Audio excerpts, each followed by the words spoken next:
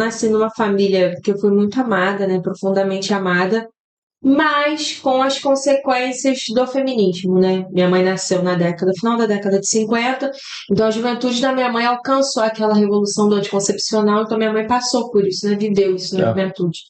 Então eu cresci sem meu pai, sou fruto de uma produção independente, cresci com os meus avós maternos, minha mãe e meu tio mais novo. Não há uma criação normal. Sim, foi muito amada, mas sempre aquele vazio, né? A ausência paterna.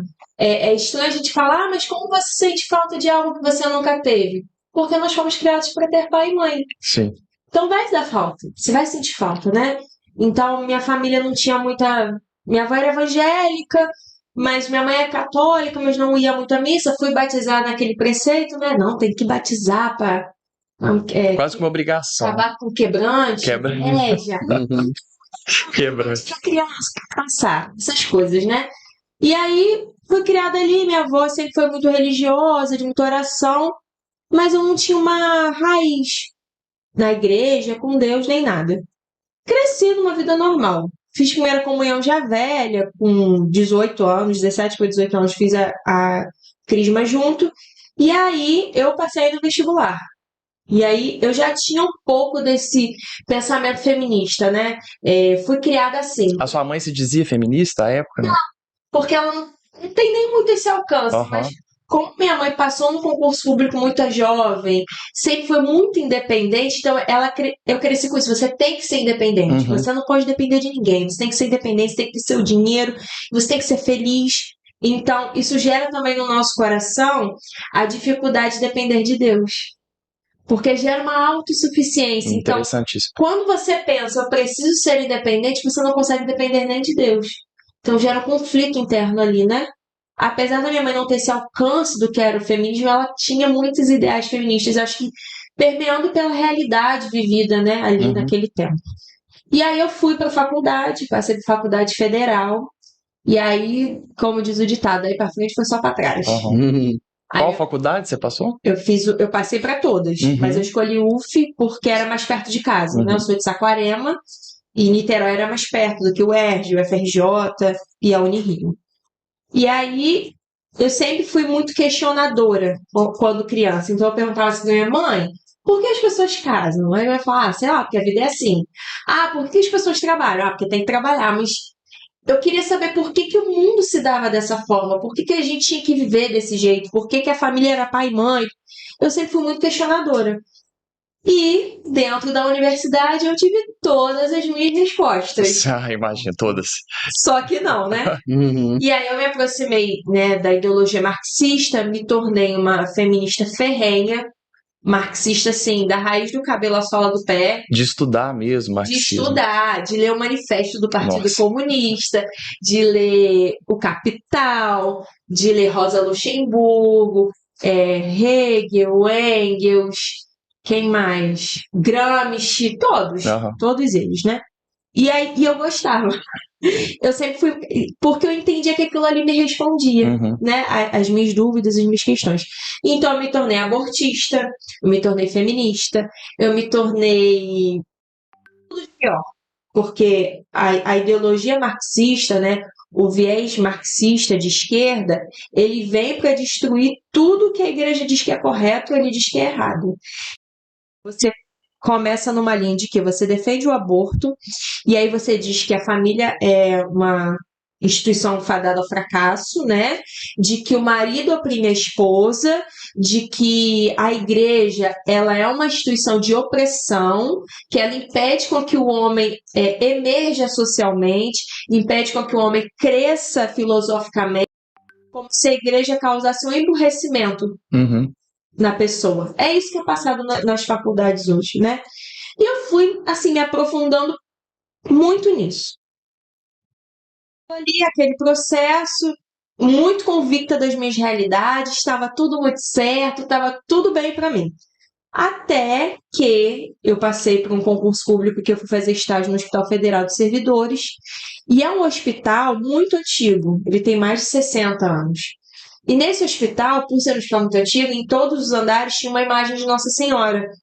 E por ter um pouco do viés protestante, né? Minha avó ela era evangélica, eu tinha muito bloqueio com Nossa Senhora. Uhum. Então eu ia pro estágio, aí sei lá, eu tinha que ir na maternidade entrevistar uma mãe. Aí eu passava lá, via a imagem de Nossa Senhora no alto. Aí eu olhava e pensava, ela não tinha nada que tá aqui, o estado é laico. E isso Você mantinha a prática de fé à época, não? Missa, nada de nada. eu não sei espírito. Minha tia, Aham. de vez em quando, fim de semana, eu ia no céu espírita. Mas assim, também não seguia muito. Não queria compromisso com nada, essa é a verdade, Uhum. né? E aí eu vi a imagem da senhora e eu tinha assim. Ó, é triste falar isso, mas era quase uma repulsa por Nossa Senhora. Eu tinha uma raiva dela estar ali, porque eu via ela como uma intrusa, né? Uhum. Dentro daquele estado. O Estado é laico, não tem nada que tenha nada de religiosidade Uhum. aqui. E aí fui vivendo a vida, e assim, festa, chopada, boate, aquela coisa toda. Uma amiga minha me chamou para fazer um retiro na minha cidade que se chama Davi Resgate. Em janeiro de 2013, eu já tinha feito o Davi Avivamento, que é um retiro maior para 1.000 pessoas. E tava Irone Spuldaro lá, e aí aconteceu assim. Eu tava lá. Né? Tava nesse encontro. Teve um momento de oração que eu manifestei. Uau! Só que, assim, né? A pessoa, quando passa por isso, ela não tem consciência. E Aham. eu Do que se lembro, trata. assim, a minha lembrança era de que eu sentia as minhas mãos entortando e eu vi tudo branco e eu só ouvi uma voz assim pra mim: vai passar, vai passar. Passou, eu levantei, acabou o retiro. Quando acabou o retiro, Lua, minha amiga, me chamou e falou assim: amiga, você estribuchou no chão. Falei: estribuchei como, mano? Você ficou toda torta, batendo a cabeça. Sim, deve ter. Porque assim, eu tava no mundo de pecado. Sim, sim. Não tinha o que fazer. Eu cheguei ali, o sagrado, Uhum. teve como, né? Houve aquele choque, né? Uhum. E aí fiz esse retiro em janeiro, mas a vida continuou. Pecado, doideira. Assim, eu era, gente, militante no nível de ir ocupar a reitoria da universidade. De, assim, tem que ter greve, os professores ganham pouco, a gente tem que defender a universidade pública, é um patrimônio, é onde a gente faz a ciência, a universidade pública é onde faz a ciência, né? Eu era, assim, militante nesse nível. Acho que se pegar o meu Facebook antigamente, tem até as coisas que eu postava, misericórdia, Jesus.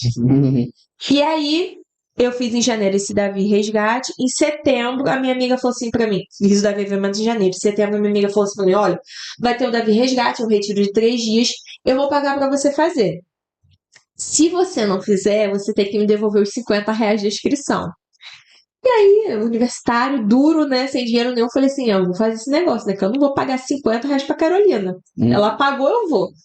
E aí, hoje eu fico pensando qual o valor que eu dava pra minha vida, né? R$ 50. R$ 50. Uhum. Isso é triste.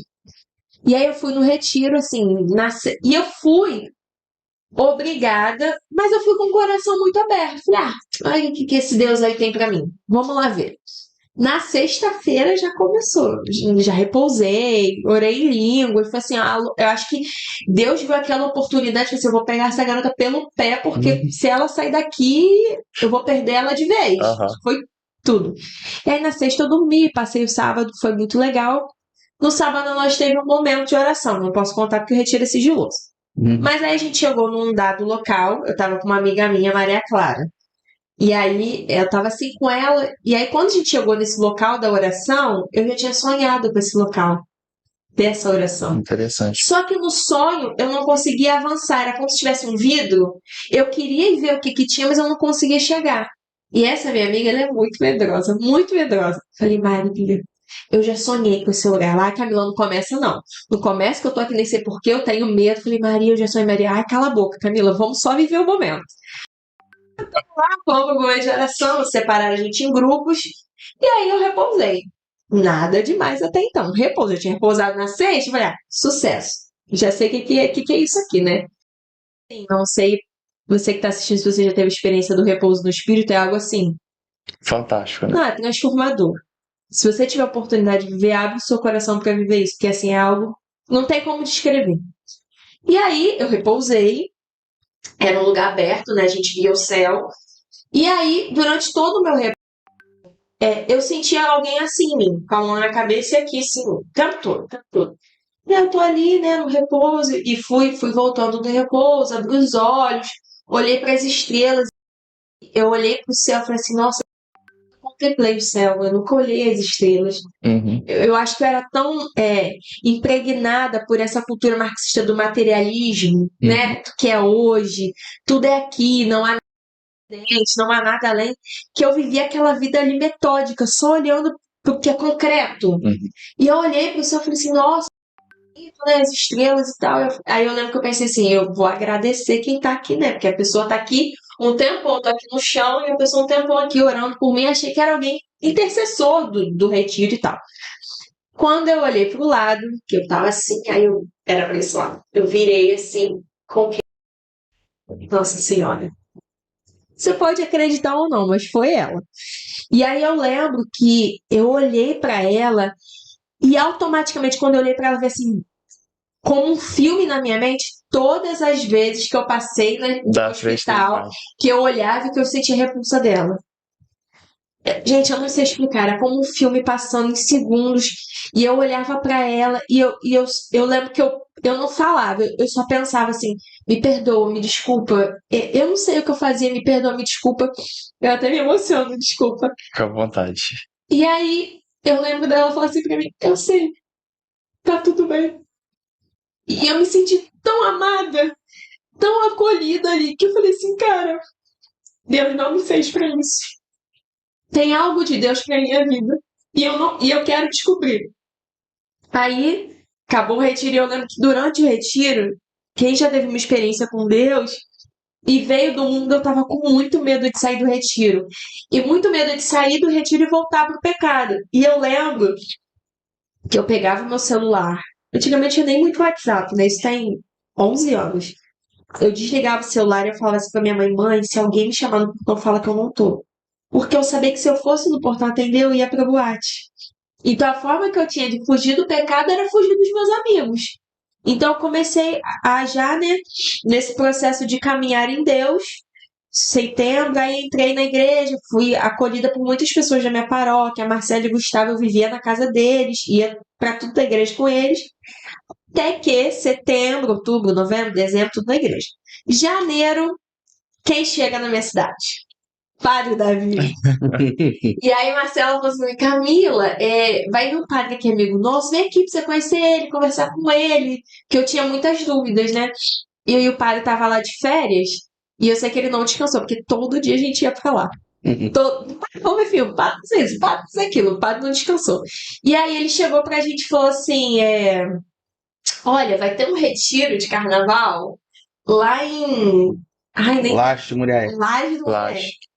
E a gente, ai, muito longe. E eu assim falei, eu quero ir.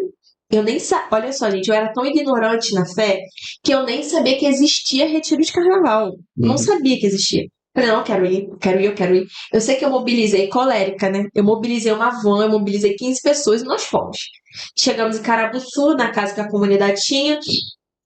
E a gente chegou lá na casa e só tinha jovem. E aquilo me encantou, que eu falei assim, gente, é só jovens, pessoas de Deus, orava em língua, a gente orava toda noite. Fomos pro retiro. Durante o retiro, eu fui vendo o pessoal da missão pregar, conduzir oração, orar pelas pessoas, falar tudo na vida das pessoas. E é como assim, se a venda dos meus olhos tivesse caído, e é como se eu olhar. Eu lembro que eu olhava, eu lembro de Vitor pregando, e eu olhava e pensava, aqui é o meu lugar, eu quero viver isso. Deus, era como se um imã me impulsionasse a estar perto. Claro que era o senhor, padre. A gente gostava de estar perto do senhor, mas eu já sentia que era o carisma.